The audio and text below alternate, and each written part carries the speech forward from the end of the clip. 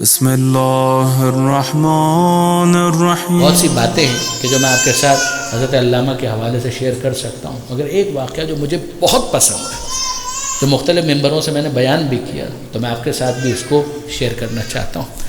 یہ جو سوال اور جواب کے حوالے سے ہیں کہ کون سی بات کب کہی جائے کہ وہ بات ضائع نہ ہو اور پوری طرح سے کنوے بھی ہو جائے، یہ بہت اہم ہوتا ہے۔ اگر آپ کو یاد ہو تو پہلی جو مجلس اس سلسلے کی ہم نے پڑھی تھی، اس میں بھی اس طرف اشارہ آیا تھا، ذرا سنیے گا۔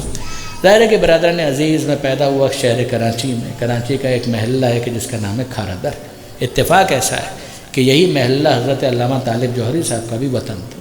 کس اعتبار سے؟ ظاہر ہے وہ پیدا تو ہندوستان میں ہوئے تھے، مگر جب کراچی آئے تو کراچی میں ان کے والد محترم حضرت مولانا مصطفیٰ جوہر صاحب علی اللہ مقامہ، انہوں نے کھارا در کا ایک مسافر خانہ ہے جس کا نام ہے نور باغ مسافر خانہ، تو وہاں پر انہوں نے عارضی قیام کیا۔ تو اس اعتبار سے حضرت علامہ کہا کرتے تھے کہ کھارا در تو میرا وطن ہے۔ میں تو بہت بعد میں پیدا ہوا، 1975 میں، لیکن کھارا در مجھے بھی اتنا عزیز ہے۔ ظاہر ہے کہ جس محلے میں آپ نے اپنا بچپن گزارا وہ آپ کو بہت عزیز ہوگا، جس محلے میں نے اپنا بچپن گزارا مجھے وہ بہت عزیز ہے۔ تو اکثر کبھی کبھی لائٹر نوٹ پر میں یہ کہا کرتا ہوں کہ کھارا در مجھے اتنا عزیز ہے کہ اگر کسی نے کھارا در نہیں دیکھا، جس طرح سے آپ لاہور کے بارے میں کہتے ہیں کہ جس نے لاہور نہیں دیکھا وہ کیا ایسا ہی کچھ جملہ ہے، جمیا ہی نہیں، وہ پیدا ہی نہیں ہوا ہے۔ تو میں یہ تو نہیں کہتا، اتنا مبالغہ تو نہیں کرتا، لیکن یہ کہ بہرحال لائٹر نوٹ پر یہ ضرور کہتا ہوں کہ الکھارا در مل کھارا در وما ادراک مل کھارا در، کہ کھارا در اور کھارا در کیا ہے اور تمہیں کیا معلوم کہ کھارا در کیا ہے، کہ القارعۃ مل قارعہ وما ادراک مل قارعہ۔ یہ لائٹر نوٹ پر، ایسا نہیں کہ کوئی کنٹروورسی یہاں سے کریٹ ہو جائے کہ مولانا نے یہ کیا کہہ دیا، سمجھانے کے لیے۔ یعنی وہ جو فضا ہے، اس فضا کے اندر جو روحانیت اور جو معنویت، جس کا میں نے اپنے بچپن میں اور اپنی جوانی میں، ابھی بھی الحمدللہ میں جوان ہی ہوں، اس کو آپ نوجوانی کہہ لیجئے، کہ اس میں نے جو مشاہدہ کیا اس کا واقعہ میں نے اپنی زندگی میں ایک اثر محسوس کیا۔ عزاداری کا مرکز، وہ علاقہ عزاداری کا مرکز، جتنے بھی بڑے جلوس آپ سنتے ہیں ان سب کا اختتام ہوتا ہے کھارا در میں۔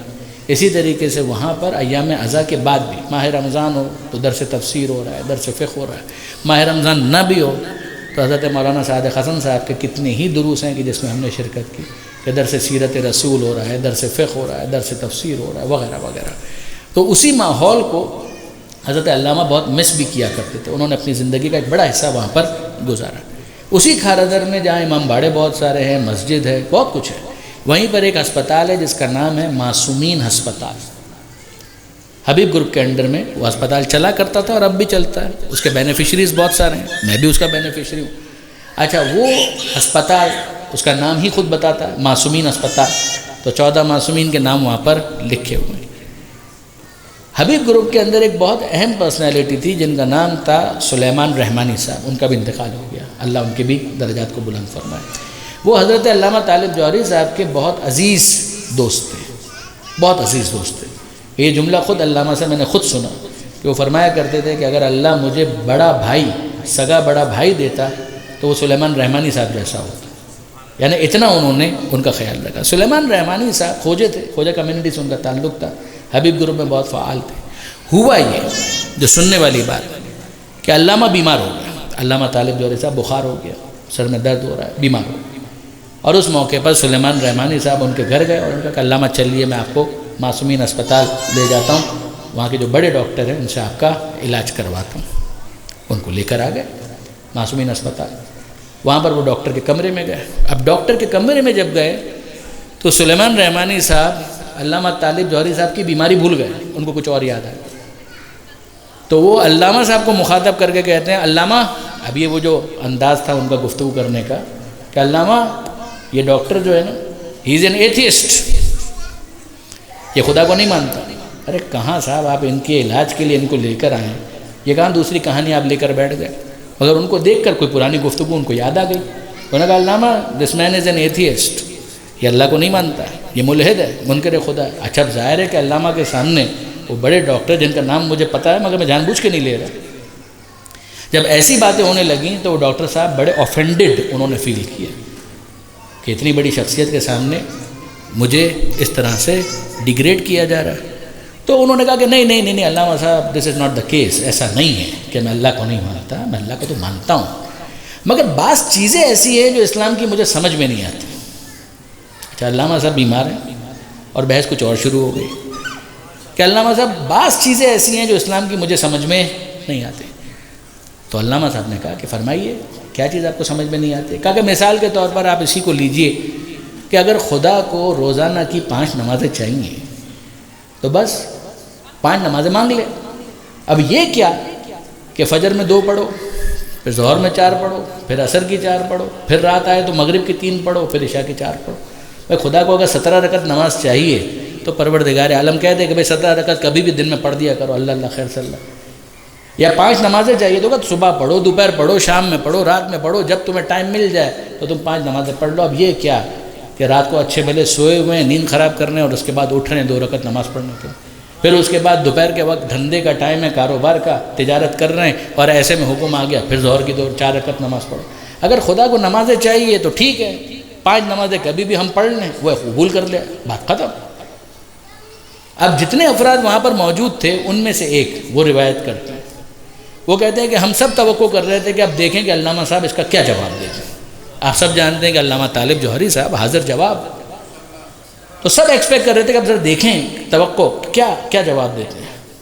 علامہ طالب جوہری صاحب نے کوئی جواب نہیں دیا۔ یہ وہ پنچ لائن ہے کہ کوئی جواب نہیں۔ کیا مطلب کہ ہر بات کا اسی وقت جواب دینا ضروری نہیں ہوتا۔ تو انہوں نے کیا کیا؟ انہوں نے کہا کہ اچھا چھوڑیے ان باتوں کو، ابھی تو میں بیمار ہوں، میرا علاج کیجئے، دیکھیے میرا معائنہ تو کریں کہ میری بیماری کیا ہے۔ تو ڈاکٹر صاحب نے کہا کہ ہاں وہ تو اب رحمانی صاحب نے یہ موضوع چھیڑ دیا، اس کی وجہ سے ہم دوسری طرف چلے گئے۔ ہاں بتائیے علامہ صاحب آپ کی طبیعت کو کیا ہوا؟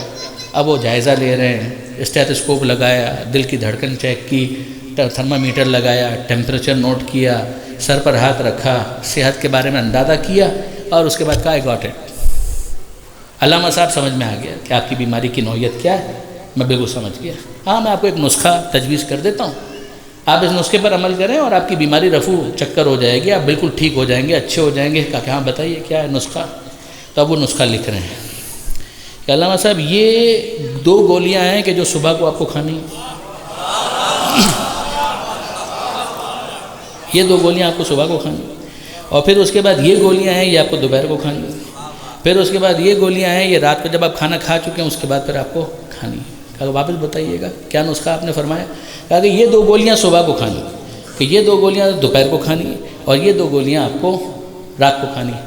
اب علامہ صاحب پوچھتے ہیں کہ یہ بتائیے ڈاکٹر صاحب کہ اگر یہ ساری گولیاں صبح کو کھا لوں تو چلے گا؟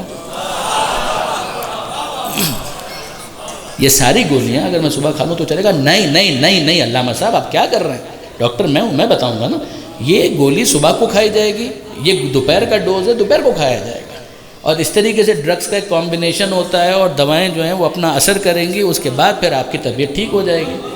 اب آپ غور فرمائیے، علامہ صاحب کہہ رہے ہیں اچھا ٹھیک ہے صبح والی تو خیر، لیکن اگر میں دوپہر کو ساری کھا لوں تو چلے گا؟ کہ نہیں چلے گا علامہ صاحب، بالکل نہیں چلے گا۔ کہ رات کو ساری کھا لوں چلے گا؟ کہ نہیں چلے گا۔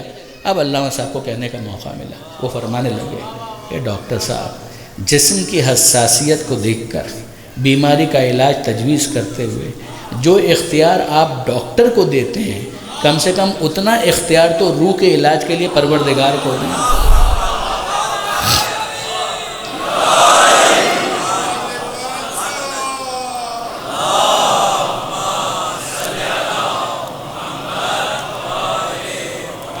آپ نے غور فرمایا جو اس چیز اندر نوٹ کرنے والی بات ہے وہ کیا؟ یہی جملہ اگر وہ پہلے کہہ دیتے تو وہ ضائع ہو جاتا، لیکن اب اگر وہ گولیوں کے بارے میں بات کر رہے ہیں اور ان کو یہ قاعدہ سمجھ میں آ گیا تو اب اس کے ساتھ کوریلیٹ کرنا آسان ہو گیا، اس کے ساتھ اس کو ریفر کرنا آسان ہو گیا کہ جو آپ گولیاں بتا رہے ہیں تو گولیاں ہی دے رہے ہیں نا، گولی تو نہیں دے رہے۔ ایسا تو نہیں ہے کہ آپ مذاق کر رہے ہیں، آپ مزاح کر رہے ہیں، آپ کہہ رہے ہیں کہ نہیں گولیاں اس طرح سے کھائی جائیں گی۔ اگر کوئی کہے کہ صاحب ساری گولیاں ایک ساتھ کھائیں، ایک ساتھ وہ اثر نہیں ہوگا کہ جو وقفے سے ان دواؤں کے استعمال سے ہوگا۔ کہ بالکل اسی طریقے سے فجر کی نماز فجر کے موقع پر، ظہرین کی نماز اپنے وقت پر، مغرب عشاء کی نماز اپنے وقت پر۔ اب آپ دیکھیے قرآن مجید کیا کہتا ہے کہ ان الصلاۃ کانت علی المؤمنین کتابا موقوتا، نماز واجب ہے مگر وقت کے ساتھ واجب ہے۔ کہ جو پروردگار نے وقت مقرر کیا، کہ کیوں واجب کیا، کہ اقیم الصلاۃ لذکری، نماز کو قائم کرو میری یاد کے لیے۔